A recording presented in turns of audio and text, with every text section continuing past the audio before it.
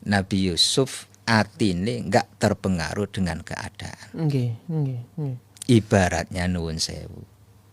Itu kan lingkungan yang enggak baik semua. Semuanya enggak baik ya. Jadi dilebokno sumur, itu kan keadaan yang enggak baik. Kemudian jadi budak, keadaan yang enggak baik. Lalu di penjara, keadaan yang enggak baik. Tapi psikologinya enggak pernah terpengaruh dengan keadaan-keadaan yang enggak baik itu. Allah. Elvictor, teman Anda menciptakan hari-hari penuh keindahan. Keren dan terbaik. Alhamdulillah, alhamdulillah, dulur Elvictor, semoga di pagi hari ini kita semua senantiasa dalam keadaan sehat walafiat, dalam lindungan Allah Subhanahu wa taala. Ditambahkan iman kita, ihsan kita, dan diberikan kekuatan serta keistiqomahan dulur dalam mengaji di Fajar Syar Elvictor. Dulur Elvictor, pada kesempatan yang penuh barokah ini dulur, kita akan berada dalam kajian ngaji panguripan yang biasa diampu oleh guru kita Bapak Romo Kiai Haji Muhammad Imam Hambali, pengasuh Pondok Pesantren Mahasiswa Al-Jihad Surabaya. Namun pada kesempatan hari ini beliau uzur dan akan digantikan selama beliau masih berada di Arab Saudi ya dulur ya, karena melaksanakan ibadah haji oleh guru kita yang tak lain adalah Bapak Kiai Haji Muhammad Ikhwan MSI MPDI. Beliau adalah dosen di Universitas Nahdlatul Ulama Surabaya dan staf pengajar di Pondok Pesantren Mahasiswa Al-Jihad Surabaya. Anda juga nanti bisa bergabung dulur dengan kami di 081234939390 atau Anda bisa ikuti kajian pada pagi hari ini dulur melalui live streaming TikTok Radio Elvictor 93,3 FM. Baik dulur Elvictor, beliau juga telah hadir di studio. Mari kita sapa beliaunya bersama-sama. Assalamualaikum warahmatullahi wabarakatuh, Yai. Waalaikumsalam warahmatullahi wabarakatuh. Alhamdulillah, sehat walafiat hari ini, Yai. Alhamdulillah, sehat masih sehat. Alhamdulillah, keluarga semuanya sehat walafiat juga. Iya, alhamdulillah semua keluarga sehat. Alhamdulillah. Santri-santri insyaallah sehat. Tambah sehat nih. Tambah sehat. Masya Allah. Alhamdulillah. Terus pun kabar pondok pesantren akhir-akhir ini ya semuanya. Alhamdulillah atas doa para jamaah semuanya, dulur-dulur semuanya. Pondok kegiatannya diparingi lancar.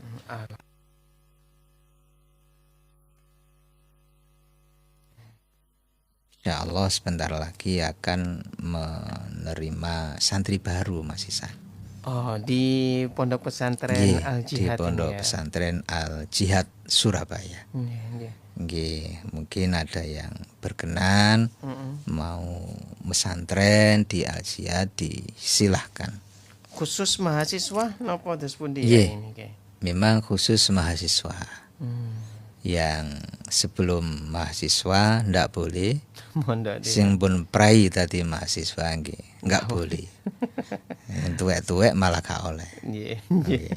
Dadi jamaah nek wis sepuh. Jadi khusus mahasiswa. Kalau yang mau napa namine tingkat SMP SMA nggih di Gondang ada Al-Jihadul Hakim. Jadi di sana juga menerima siswi baru.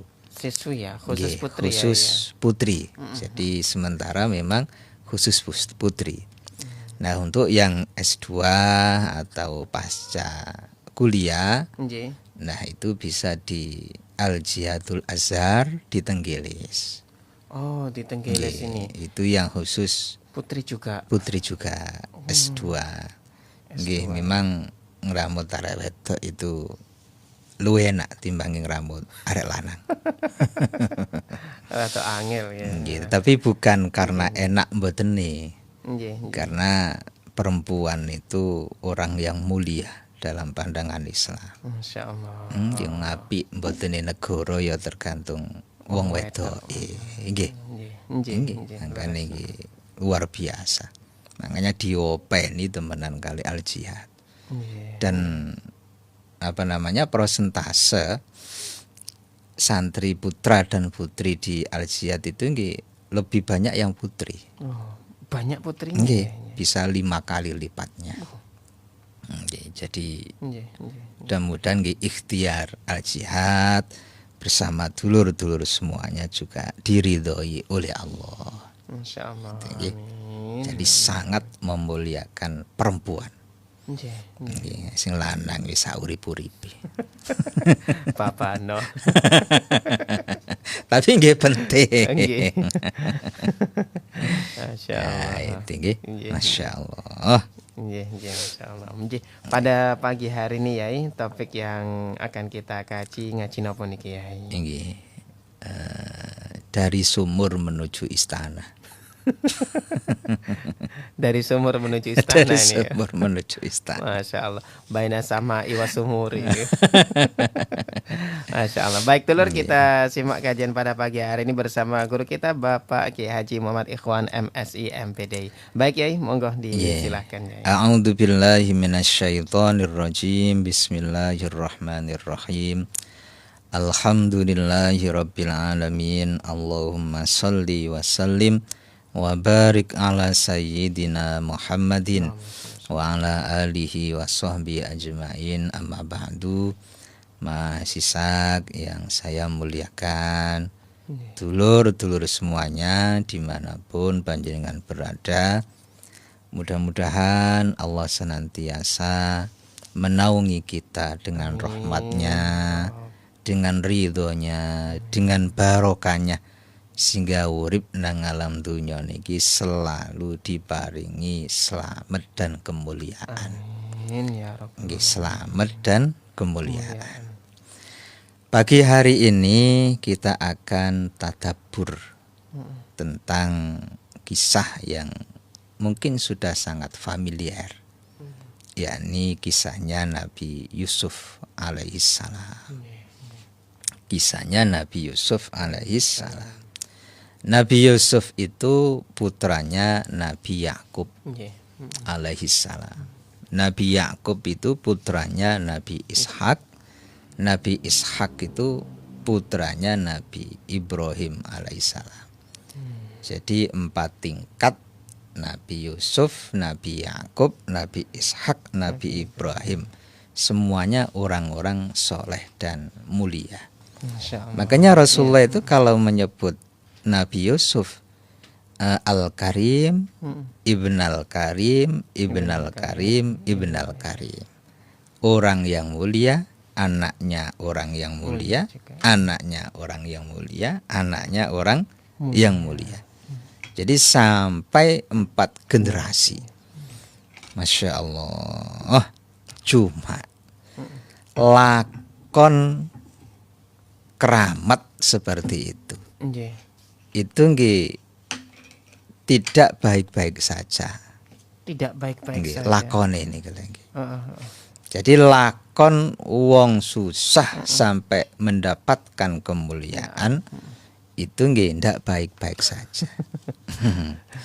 Nabi Yusuf alaihissalam, masya Allah, itu ujiannya berat. Makanya kita diajarkan oleh Allah di dalam Al-Quran surat Yusuf itu satu kisah yang harusnya bisa membuka mata kita semuanya, bahwa ternyata urip iki kuat-kuatan sabar. Kuat-kuatan sabar. Kalau ingin dapat kemuliaan lho. Tapi nek urip ya wis pokok urip ngono ya. Nggih monggo. Kan enten wong yang enggak punya idealisme itu. Wis urip pokok urip.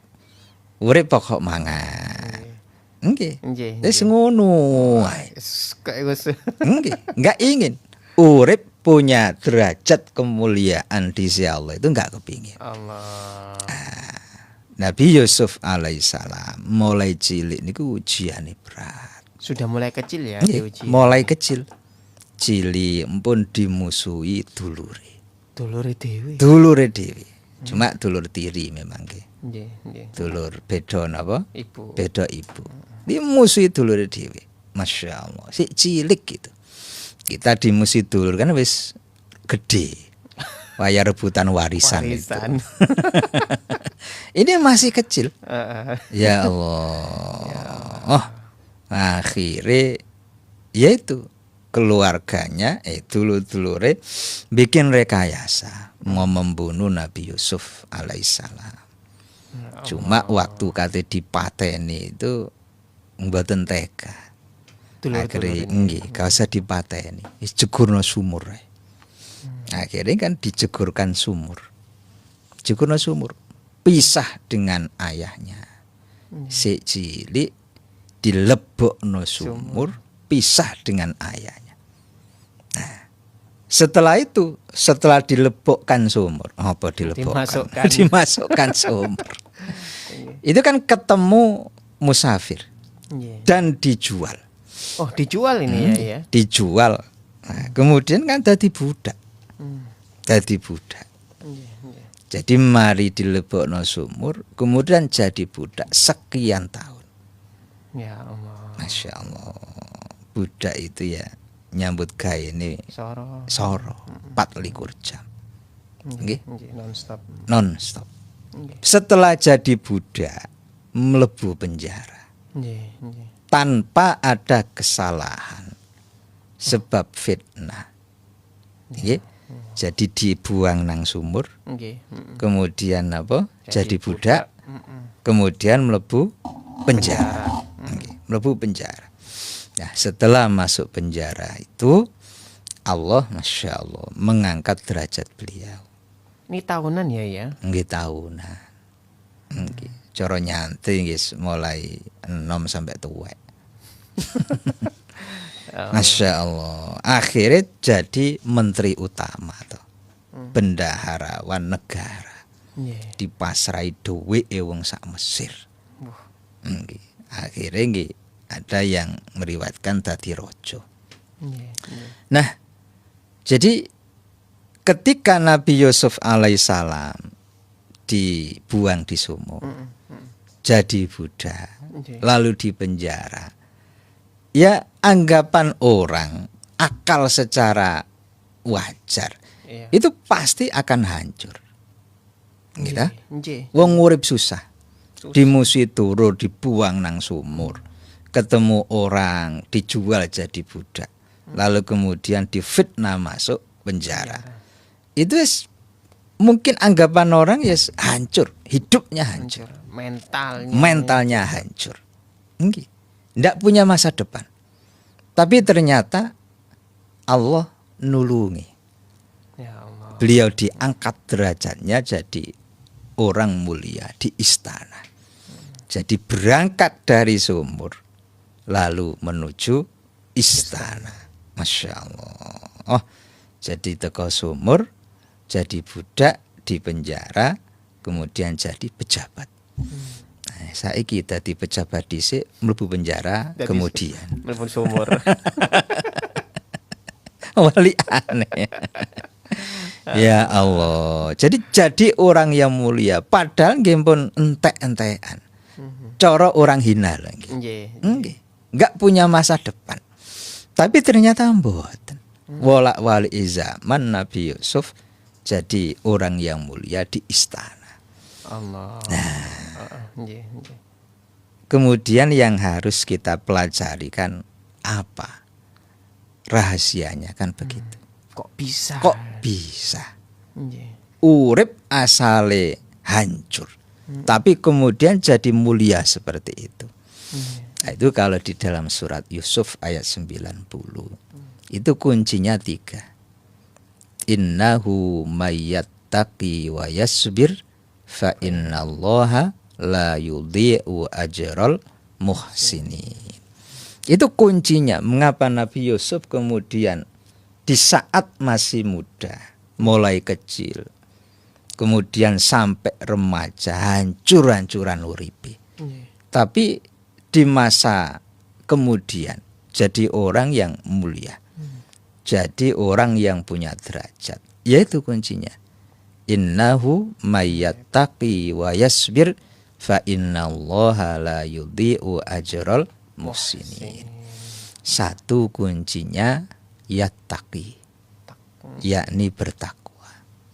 Wong niku ketika diuji oleh Allah, apapun ujiannya, kok masih teguh ketakwaannya, masih kokoh ketakwaannya, nah, alamat ujian ini akan Allah jadikan proses menuju kemuliaan.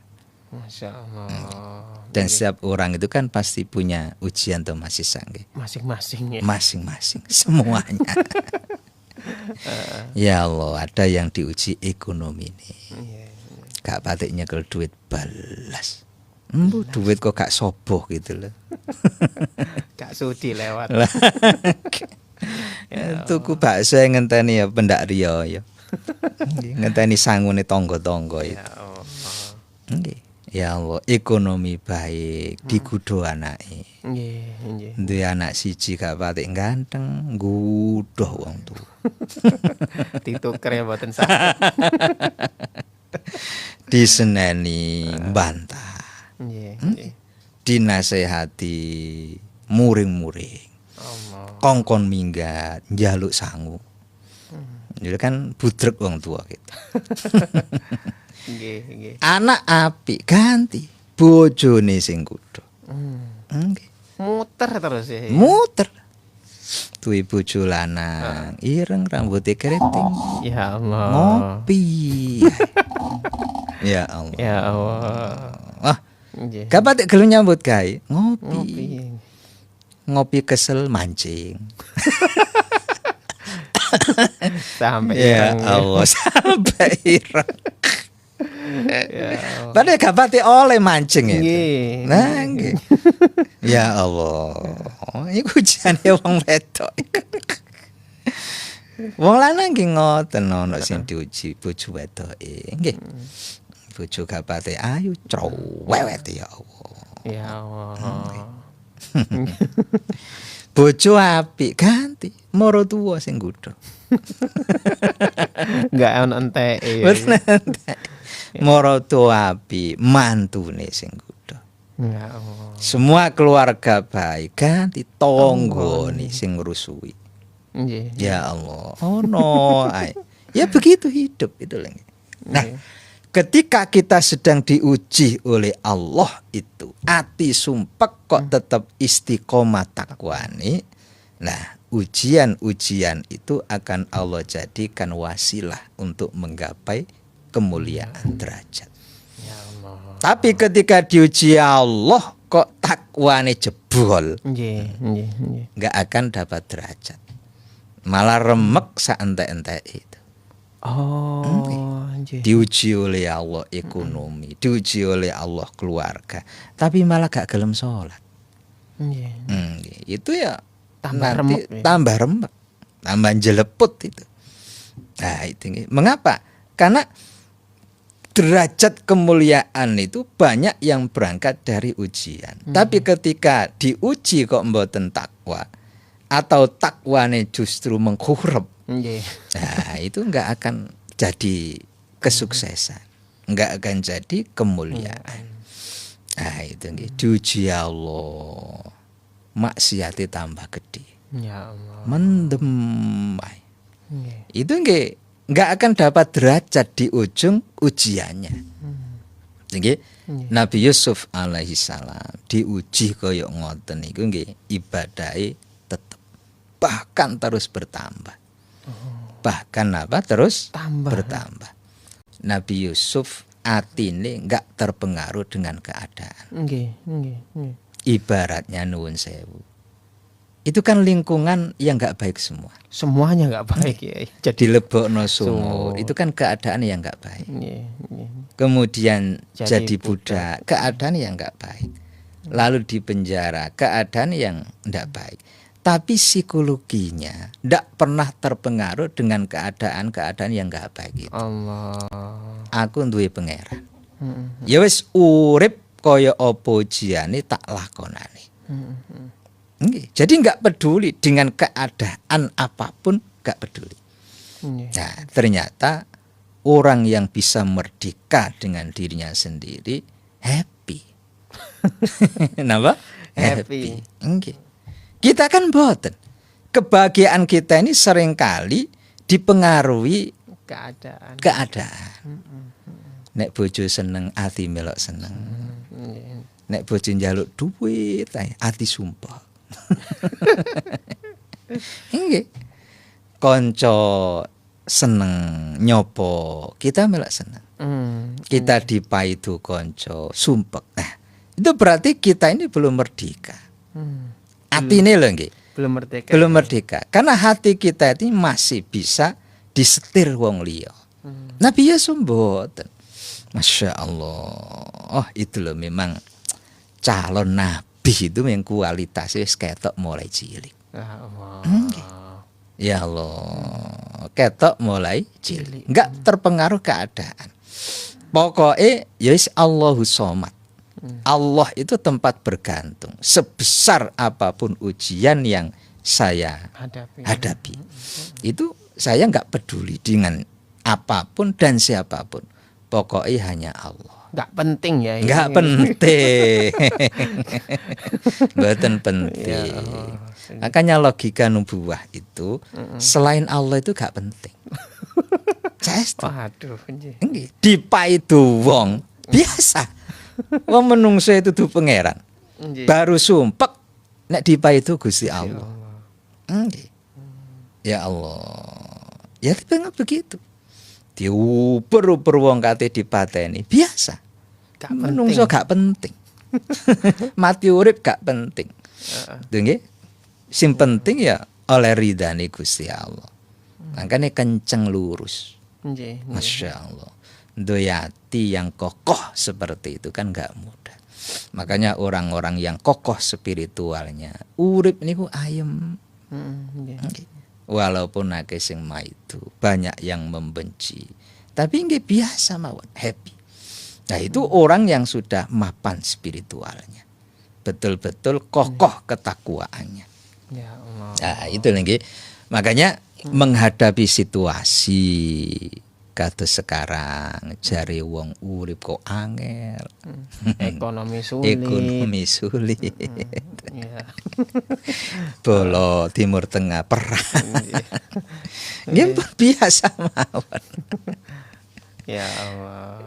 Ya semuanya kan kehendak Allah. Enggak ada satupun di dunia ini yang lepas dari kehendak Allah, itu enggak ada. Semuanya apa? Takdirnya Allah. Nah, itu jadi rukun iman. Khairihi wa syarrihi. Apik ya kersane Allah, elek nggih kersane Gusti Allah. Urip damai ya kersane Allah. Digawe perang ya kersane Gusti Allah. Itu lagi. Enggak mungkin Allah kalah kali kejahatan Trump itu enggak mungkin. Maksudnya ya Allah memang punya kehendak gawe perang gitu lagi. Enggak mungkin Allah kemudian kalah karo kehendaknya Trump, enggak mungkin. Netanyahu enggak mungkin. Makanya semua yang terjadi dalam kehidupan ini cara perspektif Ahlussunnah wal Jamaah khairihi wa syarrihi minallah. Ya itu nggih, sing penting itu tadi. Atine tetap njogo ketakwaan. Supaya ujian-ujian yang menjadi hati kita ini susah, besok suatu saat di ujung ujian itu menjadi kebahagiaan. Di kados Nabi Yusuf alaihissalam. Masya Allah. Itu nggih. Jadi makanya urip biasa mawon. Gak penting lah ini, gak penting. Selain Allah itu gak penting. Itu nggih. Selain Allah gak penting. Maksudnya itu cara spiritual, cara muamalah nggih tetep penting. Tetep ikhtiar ya. Engko dagang orang tuku, gak usah tuku. Gak penting awakmu. Ya bangkrut temenan. Ya, nggih. Masih kiai iki ya secara muamalah ya nganggap orang penting. Ana undang ngaji, badhe ngundang ngaji ya. Mulih. Gak penting awakmu. Ya buyar pondok. Masya Allah. Jadi secara spiritual ya selain Allah itu nggak penting. Tapi secara muamalah ya tetap kita butuh gitu loh. Jangan salah paham. Enggak salah paham. Sedih ini. Nah itu satu. Kunci kesuksesan Nabi Yusuf itu. Yang kedua, wayasbir. Nabi Yusuf itu selalu sabar. Selalu apa? Sabar. Makanya beliau dawuh fasabrun jamil. Sabar itu indah. Sabar itu indah. Nah, kita bisa mensugesti diri kita sendiri dengan firman-firman Allah begitu. Misalnya ati kula jenengan kudu muring-muring. Ya dicekel dhewe fasabrun jamil. Fasabrun jamil. Sabar itu indah. Sabar itu indah. Ya memang kudu dinasihati dhewe. Ngenteni diceramai kiai kesuwen. Yen pun dinasihati dhewe. Ono sing gak patik tepak, gak cocok karo ati, nggih pun. Fasabrun jamil. Sabar itu indah. Sabar itu indah. Dan memang akhirnya kan kesabaran itu membuahkan kemuliaan. Kok misalnya Nabi Yusuf mboten sabar, ndak dapat derajat. Misalnya lagi, mboten dapat derajat. Ya Allah. Misalnya waktu difitnah kali Ibu Zulaikha, kok gak sabar, terus nguaplok Bu Zulaikha, kan akhirnya masuk kasus penganiayaan. Diproses kali Polres Mesir. Mlebu penjara. Cuma kan salah ngaplok, tapi beliau sabar. Masya Allah. Oh, enten wong sabar koyo dimusuhi duluri sabar. Kemudian jadi dadekno budak nggih sabar. Neriman ya. Neriman. Nggih. Kemudian difitnah penjara nggih sabar. Akhirnya kesabaran itu membuahkan kemuliaan. Membuahkan kemuliaan. Dan orang sabar itu dialah orang yang menang. Orang yang menang. Mengapa? Sebab sing ngancani itu Gusti Allah. Sing ngancani Gusti Allah. Selama kita sabar yang ngancani Gusti Allah. Kita ini dalile wis hafal. Innallaha masabirin. Cuma ngelakoni ini. Masya Allah, sabar itu dikancani Gusti Allah.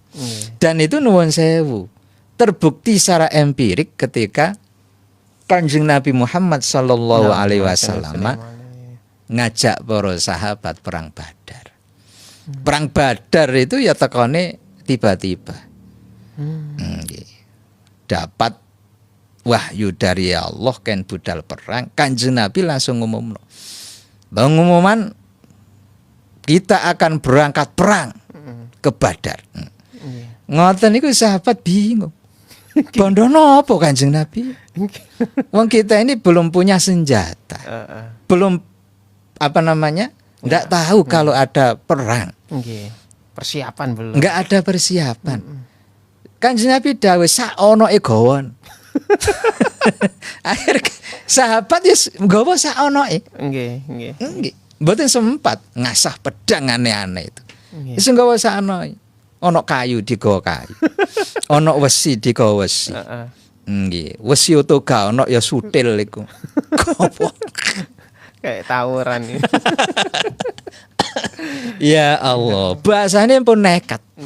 Sahabat sing atine cilik, ya ono. Wahai Kanjeng Nabi gak ngejak perang iki. Ngejak mati iki. Setor nyawa. Itu loh. Setor nyawa. Tapi Kanjeng Nabi atine mantep. Iki kesabaran nglakoni perintah Allah mesti ditulungi. Walaupun nggak logis ya. Walaupun nggak logis, dan memang nggak logis. Umat Islam saat itu 313. Lah orang kafir itu dengan persenjataan lengkap 3 kali lipatnya lebih. Masya Allah. Saat itu ya bulan Ramadan. Poso-poso ya. Poso-poso, tapi ono sing mokel. Aku gak poso, musafir kok. Tapi ada sebagian yang puasa. Ya Allah. Masya Allah, perjalanannya sangat jauh. Masa niki kendaraan banter mawon 2,5 jam. Saat itu jalan naik turun gunung. Ya Allah, Nah, wong kafir sebagian yakin nek besok menang. Tapi ada sing atine cilik gitu ono. Nggih. Walaupun sudah lengkap iya, ini betul. tadi ya. Nggih. Ya bisik-bisik. Wah, iki kita pasti menang. Wong bolone Muhammad mek didik. Kita pasti menang. Tuh, cari sebelah sing atine cilik koyok ruruwo. Lah kita ini lebih banyak. Iya, kita lebih banyak, tapi sing kancane Muhammad itu pangerane.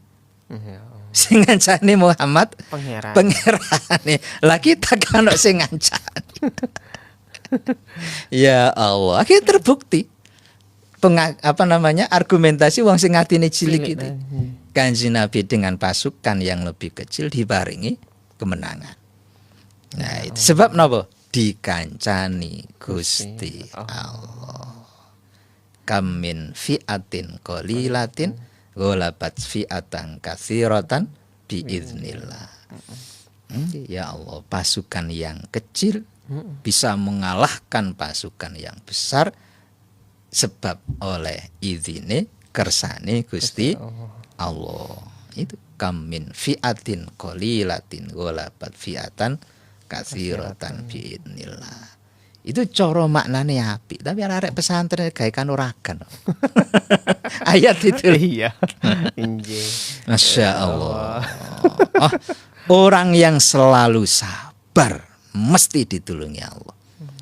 Bukan hanya ditolong, tapi diparingi kemuliaan. Jadi orang yang sabar nglakoni perintah, insya Allah ditulungi uripe, diparingi kemuliaan. Orang yang sabar ngedoi larangane Allah, insya Allah ditulungi dan pasti mendapat kemuliaan. Begitu juga sabar ngelakoni ujian Gusti Allah. Pokok sabar, insya Allah ditulungi dan mendapat kemuliaan. Nah, yang kedua, yang ketiga, kunci dari Nabi Yusuf itu berangkat dari sumur tapi kemudian berlabuh di istana karena muhsin. Beliau orang yang selalu berbuat baik. Masya Allah. Untuk orang lain. Sama siapapun ya. Sama siapapun. Jadi Hasan itu sudah baik. Hasan itu baik untuk dirinya sendiri. Kayak Soleh ini lagi. Soleh untuk dirinya sendiri. Tapi menjadi muhsin, orang yang bisa berbuat baik kepada orang lain, itu jauh lebih baik. Soleh baik, muslih lebih baik. Mengapa? Karena hidupnya tidak hanya untuk manfaat bagi dirinya sendiri, tapi juga untuk orang lain. Nah itu gitu. Masya Allah, Nabi Yusuf itu di penjara itu loh, masih sempat berbuat baik sama teman penjaranya.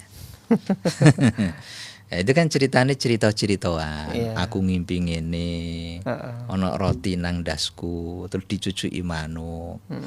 Saya ngimpi meres anggur, kemudian ngasihkan ke raja. Itu kan ditakbirkan sama Nabi Yusuf alaihissalam. Sing dicucui sirahe manuk mangan roti, akhirnya dibunuh kan begitu. Sing meres anggur ngladeni raja, akhirnya jadi pelayan istana. Nah itu semua kebaikan Nabi Yusuf. Tetap sampai akrab. Sampai apa? Akrab. Jadi masih bisa berbuat baik sama siapapun baik. Makanya kita jangan bahasanya ego. Ya, egois. Hanya memikirkan diri sendiri, tidak memikirkan orang lain. Memikirkan diri sendiri, ya sapi. Tapi gak metu derajatnya. Orang-orang yang memikirkan orang lain itu mesti mutu derajat. Para guru kita, ulama, kiai, itu mengapa mereka hidupnya mulia? Tinggi, ya tentu jangan salah paham lagi. Lah iku sing mencabuli arek iku ya gak melu-melu. Sing apik maksudnya nggih. Mengapa mulia? Karena yang dipikirkan umat. Yang dipikirkan apa? Orang lain. Nggih, mikir santri. Ya apa santri turuni sok lengger. Nggih. Belajar enak. Akhirnya bablas gak subuhan. Saking enak. Ya Allah, ya apa carane santri sok mangan. Sampai ada yang memikirkan sejauh itu. Makanya hidupnya dimuliakan. Dan nuwun sewu. Manajemen SDM hari ini ya niru-niru yang begitu. Nggih. Nggih. Seorang pimpinan itu kalau bisa mempengaruhi bawahannya, ya harus muhsin. Harus muhsin dulu ya. Nggih. Uang itu wis diapii, dicekel ndasi lo gelem. Manut. Sapi gede ngamuk ya apa, dipakani sing sae, dicongor ndasi melu. Makanya apa namanya? Al-insan abdul ihsan. Iya. Gitu? Menungso itu kawulane keapian. Kita ini kalau ingin menguasai seseorang, sepangatnono terus. Engko manut wangi. Manut. Nggih. Ana rondo wayu, kok sombong. Jenengan dulang terus. Peseni sopi, peseni mangan opo. Sesuai ya takluk-takluk dhewe. Ya Allah. Sampeyan gak pengen rabi ta. Ya Allah. Ya pengen kan sing gelem, aku lo gelem lah. Nggih al-insan abdul ihsan. Ya itu kan yang dipakai oleh orang-orang sekarang di dalam manajemen sumber daya manusia itu. Istiwapi iya karyawan, ya gak gelem demo. Ya Allah. Itu lagi makanya itu konsep Al-Qur'an. Pasti bener. Pasti apa? Bener. Makanya orang kalau ingin hidup ini banyak, walaupun banyak ujian, tapi akhirnya mendapat kemuliaan itu satu, ketika diuji oleh Allah tetap takwa. Perintah Allah itu tetap dilakoni, maksiat nggih didoi. Yang kedua tetap sabar. Sabar ngelakoni perintahnya Allah, sabar ngedoi larangan, sabar menghadapi ujian yang sedang diberikan Allah. Dan yang ketiga, jangan lupa tetap kita ini berbuat baik kepada orang lain. Duwe harta, ya dengan harta. Punya pikiran, dengan pikiran. Punya tenaga, dengan tenaga. Atau dengan apapun yang memang kita mampu. Insya Allah. Insya Allah dengan itu ujian-ujian yang mungkin dipandang orang menghancurkan kita, tapi di ujung sana nanti akan berbuah kemuliaan. Ya Allah. Seperti apa kisahnya Nabi Yusuf dari sumur menuju istana. Masya Allah. Ya ini sudah masuk beberapa pertanyaan Yai. Ada dari telepon. Boleh kita angkat dari telepon dulu ya Yai? Monggo. Ya silakan Dulur yang ingin masukin ya. Monggo. Assalamualaikum warahmatullahi wabarakatuh. Waalaikumsalam warahmatullahi wabarakatuh.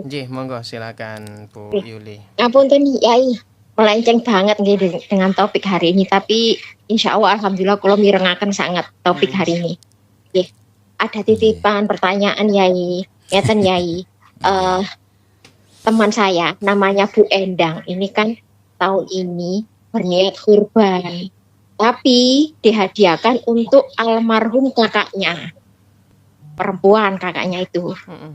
Terus kan ada larangan, ada apa ya? Bukan apa Mas itu tata cara itu kalau yang ikut kurban itu nanti tidak boleh potong kuku, potong rambut itu. Lah yang tidak diperbolehkan ini siapa? Teman saya Bu Endang ini atau siapa gitu loh Ustadz? Gitu loh. Wong wis mati. Ngapunten Ustadz ya, saya nggak bisa, bukan bidang saya, terus ya wes tak tanya nonang kiaiku di El Victor gitu. Nggih. Ngapunten lho Ustaz, ngapunten nggih. Di luar topik ngapunten. Matur suwun Mas Ishak. Mugi-mugi Mas Ishak juga yai ikhwan tansah diparingi sehat walafiat. Assalamualaikum warahmatullahi wabarakatuh. Waalaikumsalam warahmatullahi wabarakatuh. Nggih. Monggo Yai. Nggih, memang ada larangan untuk potong kuku bagi orang yang berkorban. Ya. Cuma larangan itu bukan larangan yang diharamkan. Tinggi? Enggak sampai diharamkan. Enggak sampai dilarangkan. Sunnah itu enggak potong kuku gitu lagi. Jadi karena itu hadis tidak berarti larangan secara mutlak.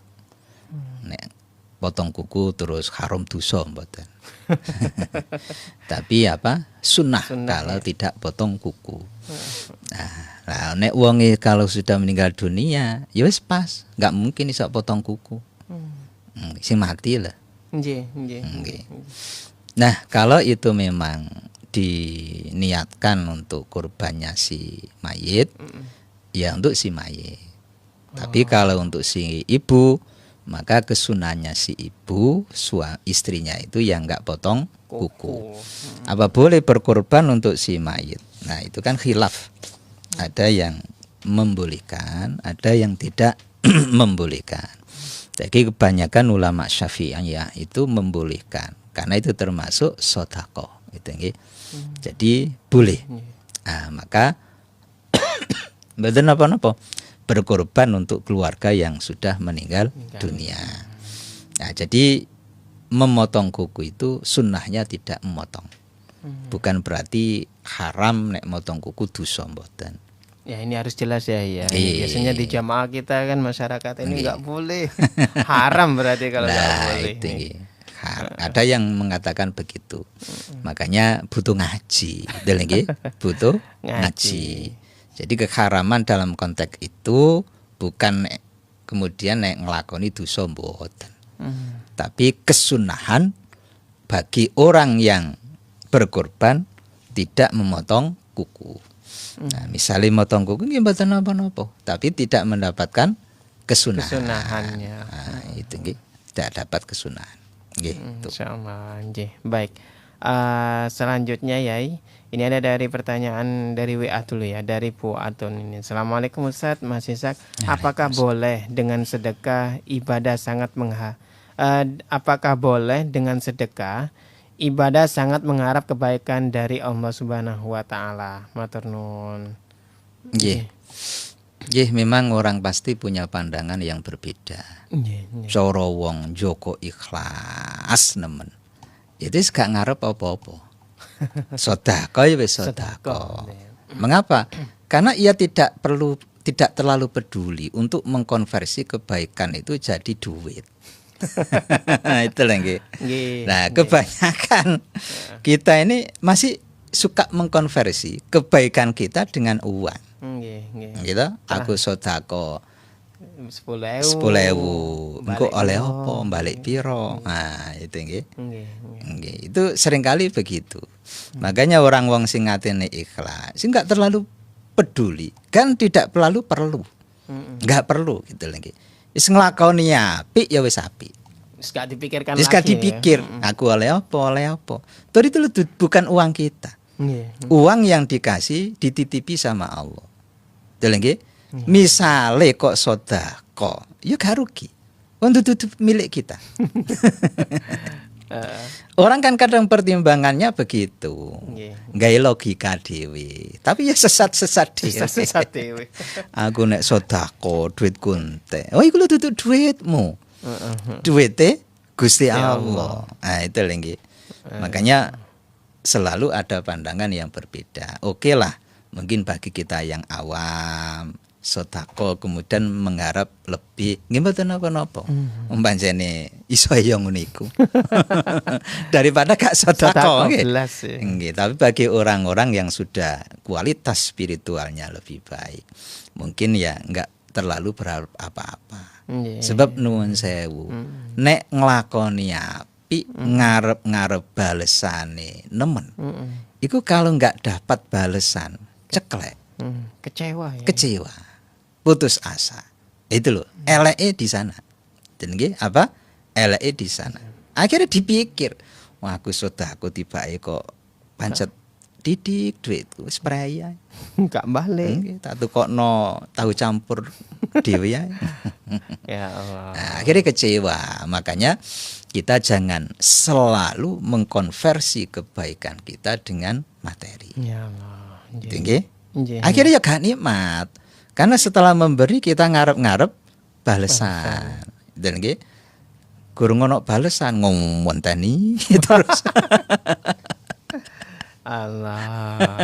Nggih. Ngoten nggih. Sumpek karepe dhewe. Sumpek karepe. Itu kan nambahi pikiran itu. Ya wis sedekah ngoten mawon. Nggih. Gitu. Masya Allah. Boleh satu lagi ya dari WA ini ya, dari Pak Ilham ini ya.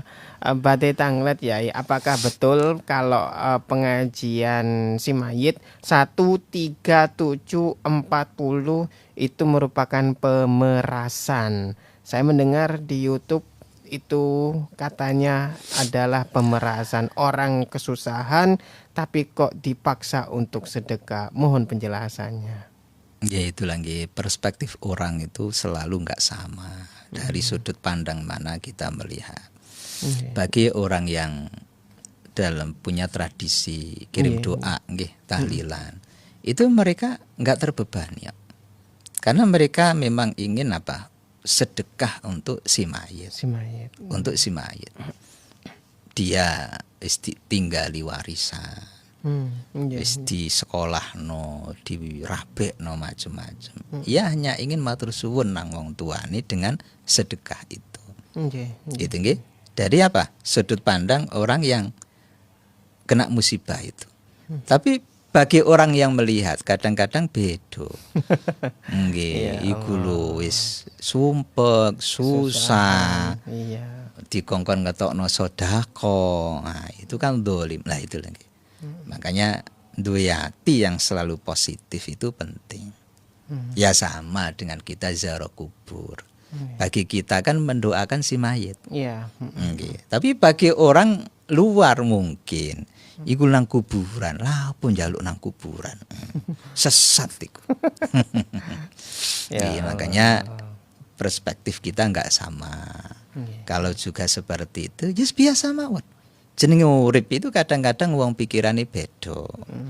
Enggak usah kemudian dipikir, sumpah, kuru, loro mati. Mati dewe ya. Wis biasa mawon.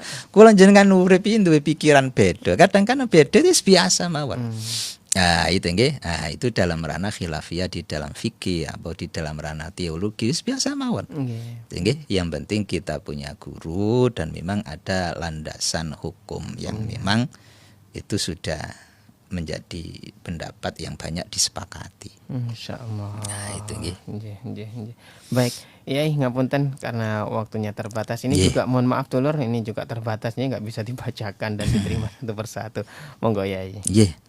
Alhamdulillah, mudah-mudahan kita semua diparingi ilmu yang manfaat. Amin. Hidup yang selalu sabar. Amin. Karena sabar itu indah dan semoga keindahan sabar kita besok diparingi ridho. Amin. Dan betul-betul menjadi kemuliaan bagi kita semua. Al-Fatihah. A'udzubillahi minasyaitonirrajim. Bismillahirrahmanirrahim. Ar-Rahmanirrahim. Matur suwun Mas Ishak, pangapunten dulur semua. Al-afwa minkum. Wassalamualaikum warahmatullahi wabarakatuh. Waalaikumsalam.